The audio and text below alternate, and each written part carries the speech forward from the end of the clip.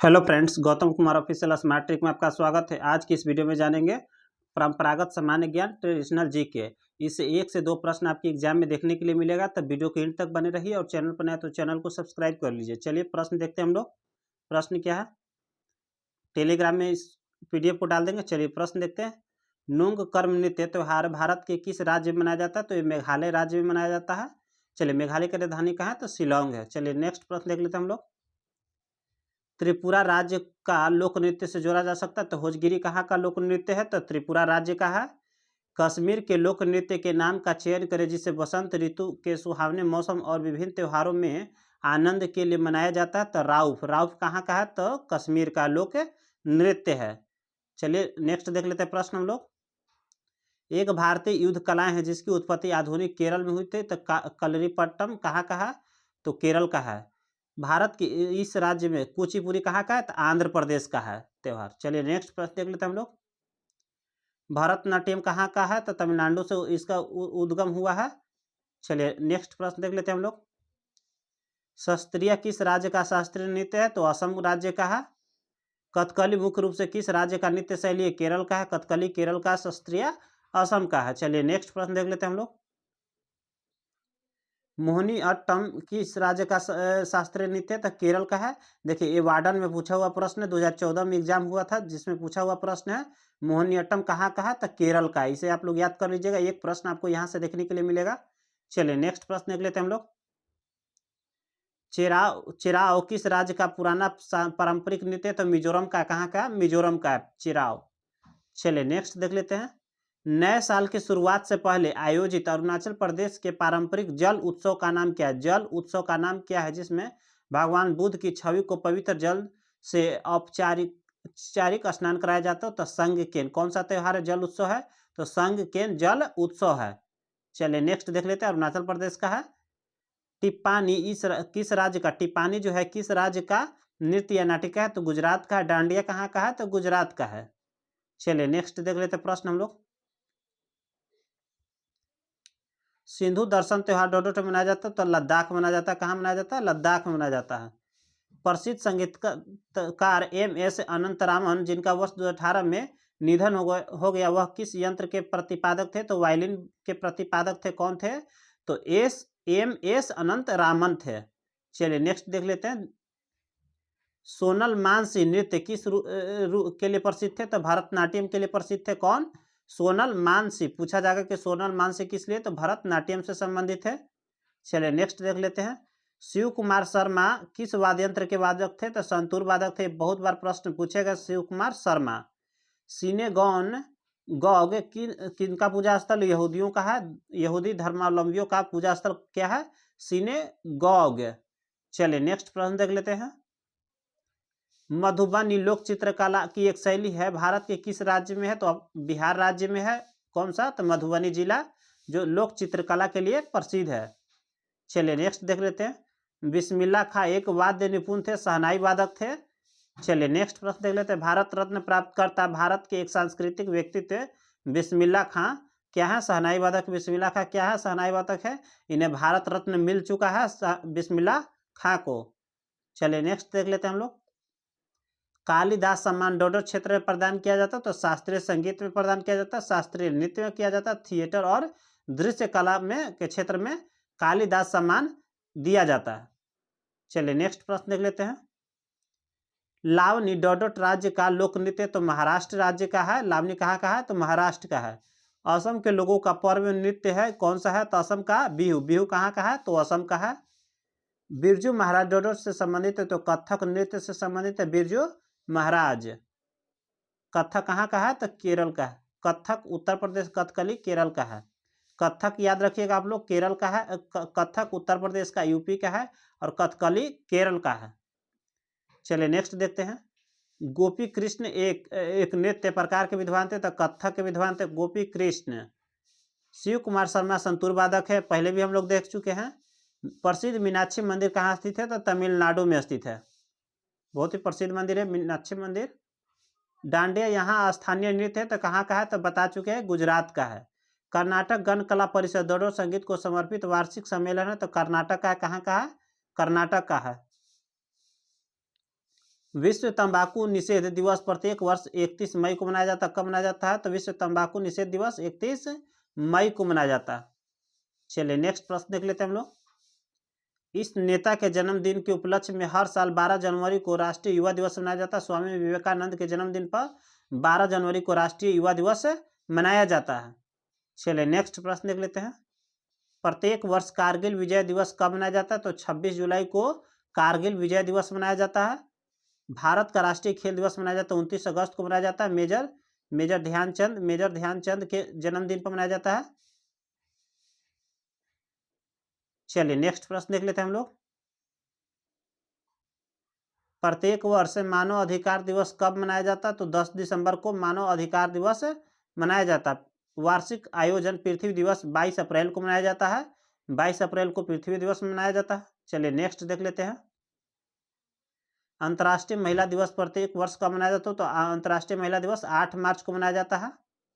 शिक्षक दिवस 5 सितंबर को मनाया जाता है। टीचर डे देखिए लाइब्रेरियन के एग्जाम में पूछा हुआ है, लोअर डिवीजन क्लर्क में पूछा हुआ दिल्ली में। चलिए नेक्स्ट देख लेते हैं। विश्व पर्यावरण दिवस मनाया जाता है तो 5 जून को मनाया जाता है।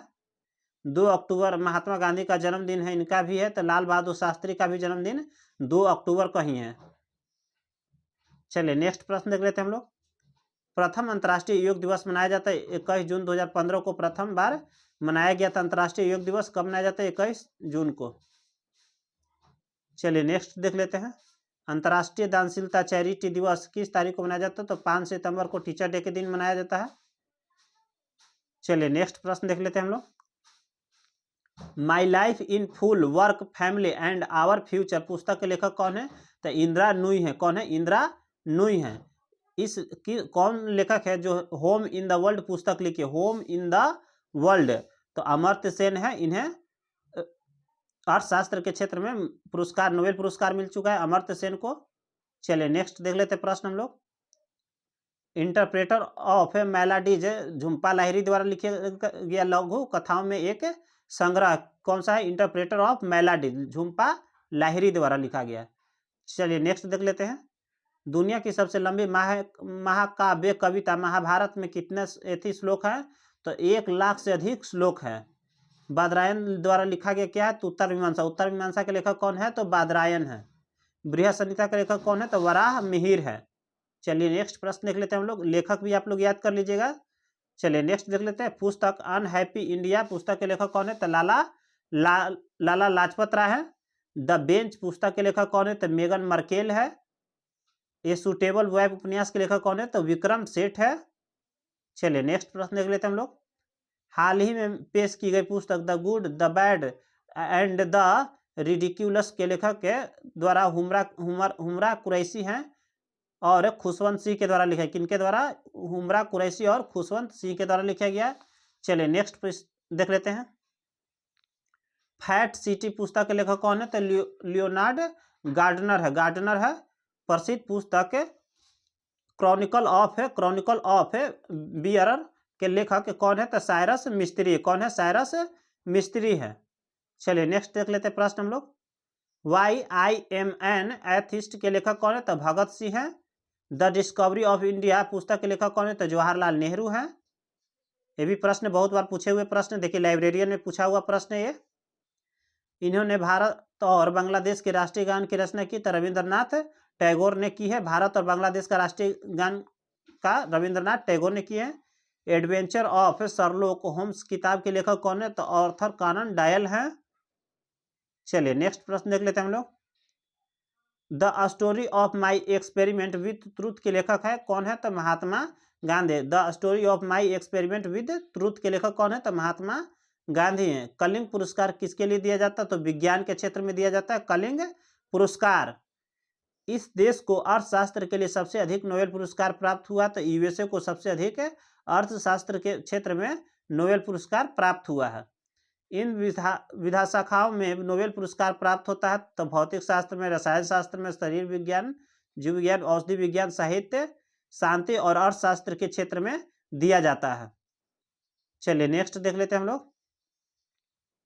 दादा साहेब फाल्के पुरस्कार इस क्षेत्र में अतुलनीय योगदान हेतु प्रदान किया जाता तो सिनेमा के क्षेत्र में प्रदान किया जाता। कैलाश सत्यार्थी जी ने 2014 के शांति के नोबेल पुरस्कार से सम्मानित किया गया था? तो बचपन बचाओ आंदोलन के संस्थापक थे, कौन थे? तो बचपन बचाओ आंदोलन के संस्थापक कौन थे? तो कैलाश सत्यार्थी थे। चलिए नेक्स्ट प्रश्न देख लेते हैं हम लोग। पंचतंत्र के रचनाकार कौन है? तो विष्णु शर्मा है। कौन है पंचतंत्र के? तो विष्णु शर्मा है। भारत का सर्वोच्च नागरिक सम्मान है भारत रत्न है। डॉक्टर एस राधाकृष्णन और डॉक्टर सीवी रमन के साथ डोडोट को 1954 में भारत रत्न दिया गया था। तो चक्रवर्ती राजगोपालाचारी को 3 लोगों को दिया गया था। तो डॉक्टर राधाकृष्णन है, डॉक्टर सीवी रमन है और चक्रवर्ती राजगोपालाचारी है, जिन्हें 1954 में पहली बार दिया गया था। चलिए नेक्स्ट देख लेते हैं प्रश्न हम लोग। सचिन तेंदुलकर के साथ उन्हें भारत रत्न से सम्मानित किया गया था। तो किन्हें दिया गया था उसमें? तो प्रोफेसर CNR राव को दिया गया था। यूनेस्को की कामकाज की भाषाएं क्या है? तो अंग्रेजी और फ्रेंच 2 भाषाओं में कामकाज की भाषा है उनके। चलिए नेक्स्ट प्रश्न देख लेते हैं। वर्तमान में संयुक्त राष्ट्र में कितने सदस्य? तो 193 देश हैं। संयुक्त राष्ट्र शैक्षणिक वैज्ञानिक और सांस्कृतिक संगठन यूनेस्को द्वारा भारत में फिलहाल कितने विश्व धरोहर स्थलों को मान्यता प्राप्त किया गया? तो 40 है 2015 के डाटा के अनुसार, अब 42 है। चलिए नेक्स्ट प्रश्न देख लेते हैं हम लोग। अंतर्राष्ट्रीय रेड क्रॉस समिति का मुख्यालय कहाँ है? तो जिनेवा में है। कौन सी एजेंसी वर्ल्ड हैप्पीनेस रिपोर्ट जारी करती है? तो यूनाइटेड नेशन जारी करती है। UNESCO यूनेस्को का वर्तमान मुख्यालय कहाँ है? तो पेरिस फ्रांस में। कहाँ है? पेरिस फ्रांस में है। अंतर्राष्ट्रीय न्यायालय कहाँ है? तो द हेग में है। विश्व स्वास्थ्य संगठन का मुख्यालय कहाँ स्थित है? जिनेवा में स्थित है। चलिए नेक्स्ट प्रश्न देख लेते हैं हम लोग। उत्तरी अटलांटिक संधि संगठन नाटो का मुख्यालय कहाँ है? तो ब्रुसेल्स बेल्जियम में है। संयुक्त राष्ट्र सुरक्षा परिषद में अस्थायी सदस्यों के निर्वाचन की अवधि कितने समय के लिए होती है? तो 2 वर्षों के लिए होता है इस अस्थायी सदस्यों की नियुक्ति। चलिए नेक्स्ट देख लेते हैं। G15 आर्थिक सह संस्थान इससे संबंधित है, तृतीय विश्व राष्ट्रों से संबंधित है। यूनेस्को UNO का मुख्य संस्था कौन सा? न्यूयॉर्क है, USA में है। चलिए नेक्स्ट देख लेते हैं, मुख्यालय है। संयुक्त राष्ट्र संघ में कितने देश है? 193 देश है। चलिए नेक्स्ट देखिए, वार्डन में पूछा हुआ प्रश्न है। वार्डन में 2014 के एग्जाम में प्रश्न पूछा हुआ प्रश्न है। चलिए नेक्स्ट प्रश्न देख लेते हैं हम लोग। UNO के सुरक्षा परिषद में 5 अस्थायी सदस्य होते हैं। कितने होते हैं? तो 5 अस्थायी सदस्य होते हैं। चलिए नेक्स्ट प्रश्न देख लेते हैं। देखिए ये प्रश्न भी लाइब्रेरियन की एग्जाम पूछा हुआ। युद्ध अभ्यास भारत और संयुक्त राज्य के बीच सैनिक अभ्यास है। कौन? युद्ध अभ्यास नाम करके कहाँ का? भारत और अमेरिका का है। इंद्र नेवी भारत और रूस के बीच एक नौसैनिक अभ्यास है। इंद्र नेवी कहाँ का है? तो भारत और रूस का है। चलिए नेक्स्ट प्रश्न देख लेते हैं। भारत का सबसे पुराना अर्धसैनिक बल कौन सा है? तो असम राइफल है। भारत के मल्टी टास्क सुपरसोनिक लड़ाकू विमान का नाम क्या है? तेजस इनके नाम पर रखा गया था। अटल बिहारी वाजपेयी के नाम पर रखा गया था। भारतीय वायुसेना का क्षत्रिय सैनिक प्रशिक्षण स्कूल कहाँ स्थित है? तो आगरा में स्थित है।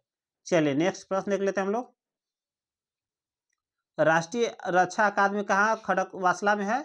एलोरा यूनेस्को का विश्व धरोहर स्थल है जो महाराष्ट्र के इस जिले में स्थित है। कहाँ में स्थित है? तो औरंगाबाद में स्थित है। खजुराहो मंदिर कहाँ स्थित? तो मध्य प्रदेश में स्थित है।